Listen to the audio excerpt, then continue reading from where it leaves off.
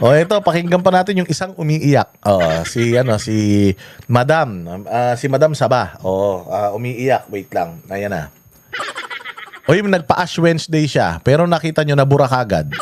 Yung itim dito sa noo niya, nagpa-cruise siya pero yung cruise mukhang baliktad. Parang ang hindi cruise yung nilagay, parang X pero kita mo, natanggal kagad. Bakit? Kasi demonyo Masamang tao Kayo talaga, simba pa kayo ng simba. Simba kayo ng simba, puros naman kademonyo yung ginagawa ninyo. Tinuturo ba sa simbahan mang-agaw ng asawa? Pakinggan natin yung sasabihin nito nung isa pang umiiyak. Pasok. Hindi na tayo nagulat sa pagdedeklara ni VP Sara ng pagtakbo sa pagkapangulo sa 2028. Karapatan naman niyang magdeklara kahit napakaaga. Ano ngayon? Nakala ko ba hindi ka nagulat? Ba't galit ka? Hindi ka nagulat pero galit ka. Karapatan naman niya magdeklara kahit ang aga pa. Bakit? Natutulog ka? Nagising ka? Linis-linisan ang putya. Tulad ng karapatan din ng mga Pilipino na singilin siya sa mga seryosong aligasyon ng katiwalian at paglabag sa batas. Uy, ba't po sinisingit yan? Nag-file na nga kayo ng impeachment Nag-file na kayo ng impeachment, antayin nyo na lang yan. Huwag mo nang singilin siya. Tangin na kaya kayo nagre-react kasi alam nyo, tapos na. Wala na. Endgame na. Alam nyo na hindi na kayo makakakuha ng pondo mula sa mga nagpopondo ng mga politiko. Okay, kasi syempre, si Inday yung pinakamalakas na kandidato, lahat ng mga bilyonaryo na gustong i-advance yung mga yung kanilang mga agenda. Ay, na doon yan sa pinakamalakas susugal, hindi sa inyo. Yung ba kinagagalit mo? Panawagan na po natin noong 2024 pa. Mas magandang harapin at sagutin muna niya ang mga ito. Palusutin nyo sa Congress.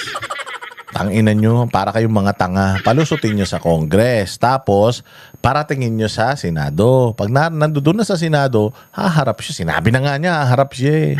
Sinabi na nga niya, I want bloodbath. Sinabi na nga niya, we've been ready since 2023. Ready na siya. Alam naman niya kung anong barahan nyo Yung sinasabi mong humarap siya, humaharap, kaya lang, saan? Sa'yo? Puta, sino ka? Baka mamaya agawin mo pa yung driver niya. Bago ang ambisyon na maging Pangulo ng Pilipinas. Wala kang pake. Ikaw nga di umano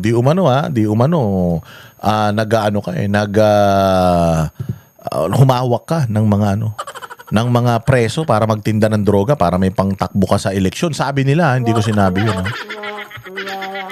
Kapal na mukha mo, Leila de Lima, tumigil ka nga. Sana nung nagpalagay ka ng abo sa bibig mo pinalagay para may sabihin ka naman tama. Galit! Gusto ko lang marinig ninyo yung mga taong galit na galit sa pagdedeklara ni Inday Sara. Hindi daw siya affected, pero umiiyak sila. Agoy! Ilang kongresista bigla ang pag-anunsyo ng kandidatura ni VP Sara. Live mula sa Batasang Pambansa, nangunguna sa balita si News 5 House Correspondent Marian Enriquez. Marian, paano naman nasabing gimmick ng mga congressman itong pag-anunsyo ni VP Sara? JG, pananakot at kalkulado ang timing. Ganyan nga inilarawan ng Makabayan Block yung pag-anunsyo ni Vice President Sara Duterte ng kanyang planong pagtakbo sa pagkapangulo sa 2028 elections. Sinakto raw kasi ito ng bise bago talakayin dito sa Kamara yung nakahaing mga impeachment complaint laban sa kanya. Tingin ni ACT Teachers Party List Representative Antonio Tino, panakot lang daw ito ng bise sa mga kongresistang susuporta sa kanyang impeachment. Panawagan ng Makabayan Block. Ang tanong, natatakot ba sila? Ang tanong, natakot ba kayo? Kasi sa totoo lang, if this doesn't mean anything to you, it's not worth any reaction. Hindi na ako magre-react kung baliwala ito. Kung sa tingin ninyo mahina si Inday Sara, hindi kayo kakabahan dun sa pag-i-endorso niya. But the fact na nagsasalita kayo ngayon, the fact na para kayong mga langgam na puta na bulabog, ibig sabihin, alam nyo, delikado kayo. And ngayon na lang, taon na to, March, April, May, June, July, August, September, October, November, December. 10 months na lang kayo. 10 months na lang yung taning ng mga buhay ninyo. Hindi sila mamamatay ha. Taning, ano to, figure of speech to. Taning ng mga buhay ng mga, ano ninyo, katarantaduhan nyo sa Pilipinas. Kasi come 2028, tapos na. 2027, shoot na yan. Mga ngampanya na halos lahat yan. Lahat yan, magbabalimbingan na. Lahat yan, sisip-sip na kay Inday Sara. Putang ina, para na naman kayo mga pulube. Para kayong mga pulube na iniisip ninyo, shit, patay tayo. Pa 2028, puta yung mga kasama natin sa bundok. Puta, magsisibabaan na naman to. Ewan ko kung pabababain pa. Baka doon na ilibing yan.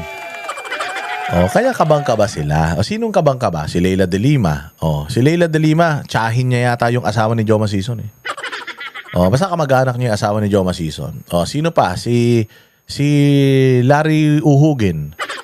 Wala namang kwentang tao yan. O, parang bulati yan eh. O, na pwede mong pabayaan lang dyan. Kahit anong mangyari sa kanya, matapakan mo, walang pakialam niya. Si Rene Co, yung isang aktivistang batang recruiter di umano.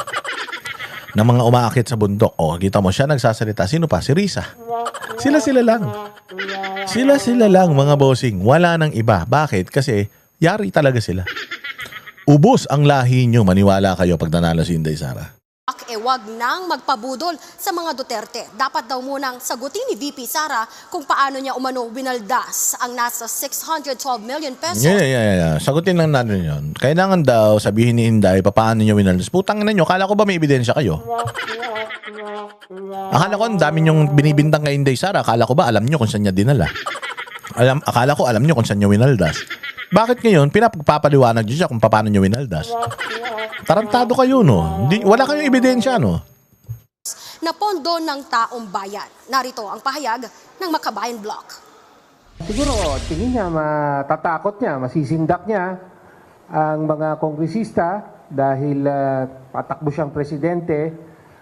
Pero makikita natin na dahil napakatibay ng batayan sa kanyang impeachment, hindi ubra yung ganyang mga gimmick.